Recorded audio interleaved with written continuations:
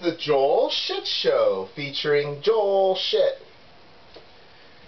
Hi, welcome to the Joel Shit Show. I'm your host, Joel Shit. So, yesterday on my way to hockey playoffs, I bought 5 blasters of 2011 Topps Baseball, and I've opened a couple packs so far.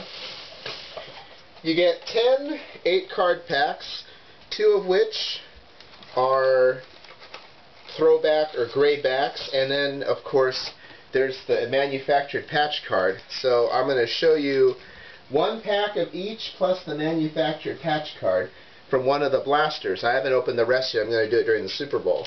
So the manufactured patch card I got was Adam Wainwright.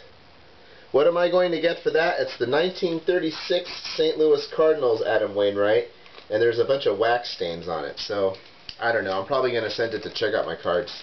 I don't think I'm going to send it to eBay.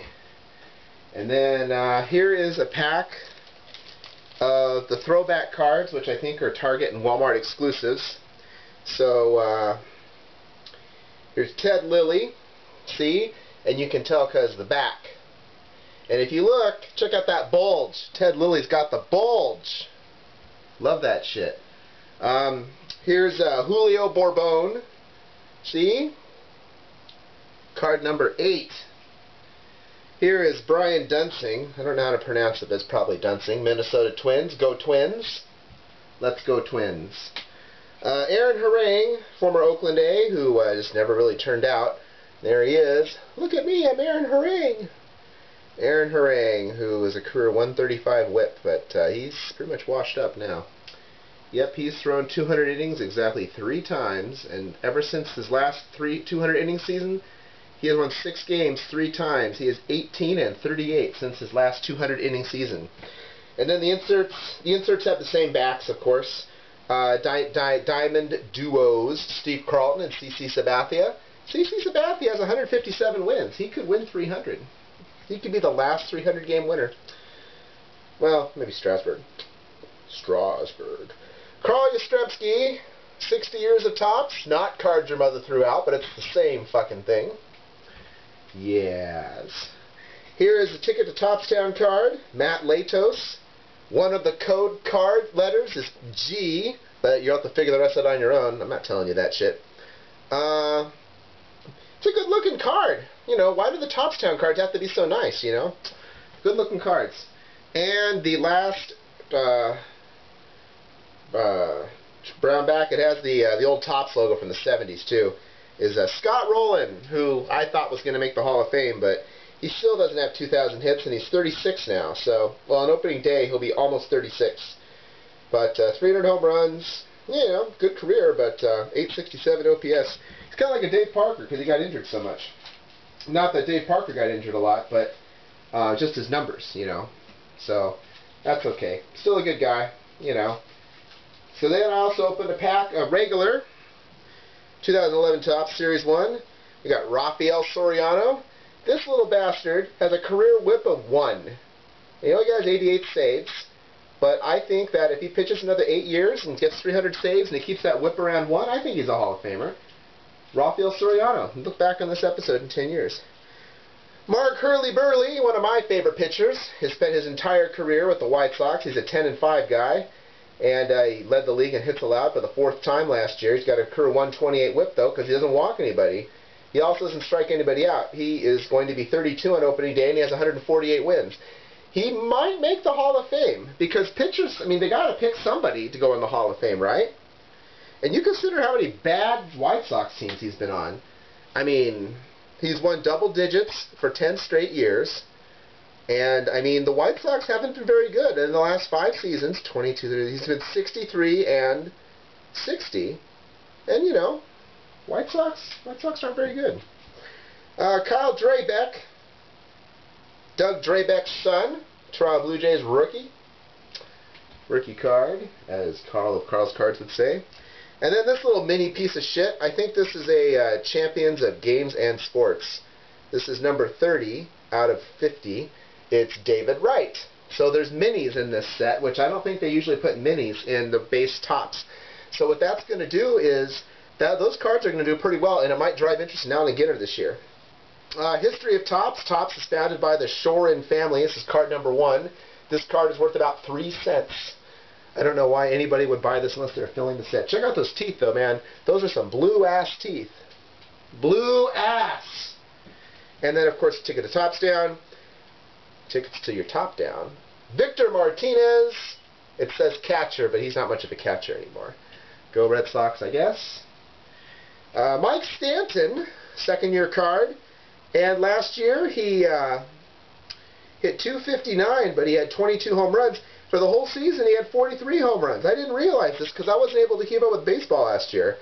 So, second-round pick in 07. And then in 17 games, he hits 1 home run. And only has 9 hits and 56 at-bats. But then he figures out the right supplements to take. And then in 2008 at Greensboro, he had 39 home runs and 468 at-bats. In 09, between AA and AAA, he had 28 home runs and 479 at-bats. But his average dropped.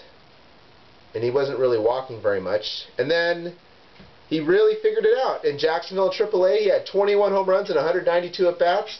He had 44 walks and 236 plate appearances. He had an on-base percentage of .416 and an OPS of 1171. So he gets called up to the Marlins, plays every day, and in 100 games, 22 homers, only 34 walks, 123 strikeouts, but he'll figure that shit out. So let's see, on-base percentage of .326, but we only hit .259, that's not so bad. And he slugged .507. So yeah, Mike Stanton. He is the next Mike Stanton. And another guy who, there's more than one in baseball, is Chris Young. This is the Chris Young of the Diamondbacks. Last year rebounded a little bit and hit .257, but 74 walks too. He still struck out 145 times. A lot of windmills in Arizona. So anyway, those are all the packs I opened up. That's 20, 16, 17 cards. So I have 64 times 4 times 81, 324. So I have another 388 cards to go through, which I'll do today during the Super Bowl.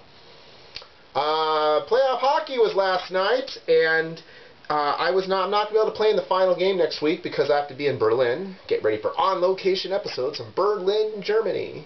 Isn't it funny how when we say the city and country in other countries that we say the city and state here? Las Vegas, Nevada, Salt Lake City, Utah, New York City, New York. But then we go to Germany, and it's not Berlin, whatever. You know, it's Berlin, Germany. I mean, don't they have states in Germany or provinces or something? I don't know. I've never been there before. So this was my last game, and if we won this game, then the team without me would go on to the Stanley Keg Final, which would have been super, because we would be getting Doug back, and we're probably going to get Steven back, so we would have been in pretty good shape to beat the Coconuts, who had just swept the round-robin tournament with an 11-2 victory over the 1 seed, who went 0-3 in this tournament. So the 2 seed Coconuts are now in the final. This matchup between the 3 and 4 teams, the Flying Carpets and the Pharaohs, would determine who would go to the Stanley Keg Final to face said Coconuts. First period, no score.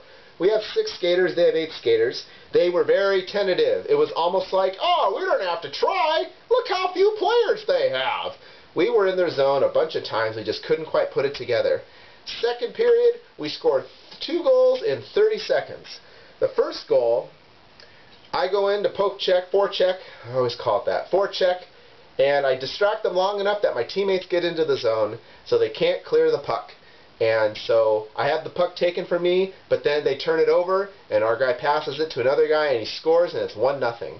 And then 30 seconds later, they win the face-off, they go into our zone, we break out, I pass it along the boards to someone who's streaking down, and he goes in and shoots and scores. So it's 2-0, and I've got an assist. I'm a +2, and I'm very excited. Then I broke my stick. So went to the sideline, grabbed another stick. Now I'm right-handed because there are no left-handed sticks on the bench. And we give up a goal. And then I go off the ice and find a loner, which is really short. It comes up to here. And we give up another goal. And then we give up another goal. And we give up another goal. One of them was the goalie's fault. The other 3 were not. There was one where he saved it. The puck popped in the air, and he tried to grab it, and it went behind him. And it trickled in. So that sucked. That kind of opened up the floodgates for the next 3 goals. So it's 4-2 after 2.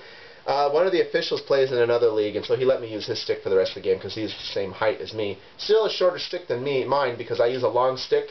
So you use a shorter stick so you have more power in your shot.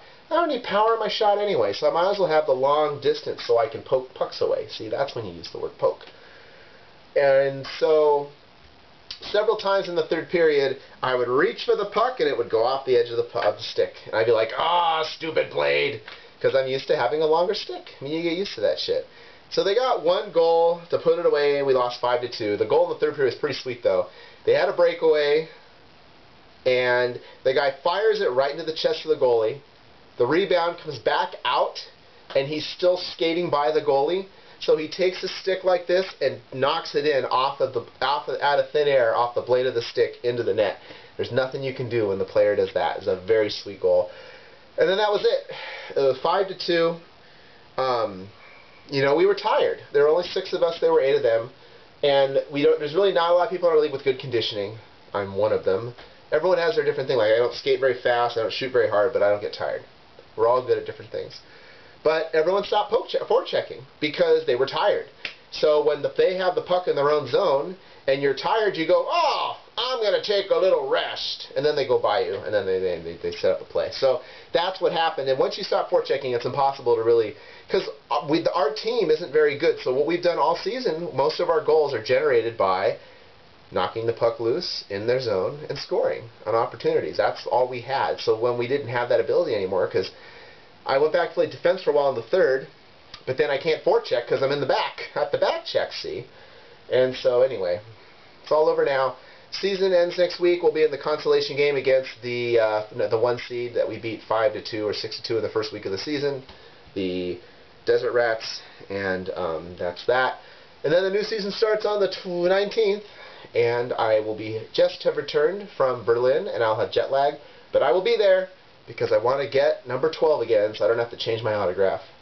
That's all the time we have today. Visit us on the web at joelshitshow.com. Email joel@joelshitshow.com.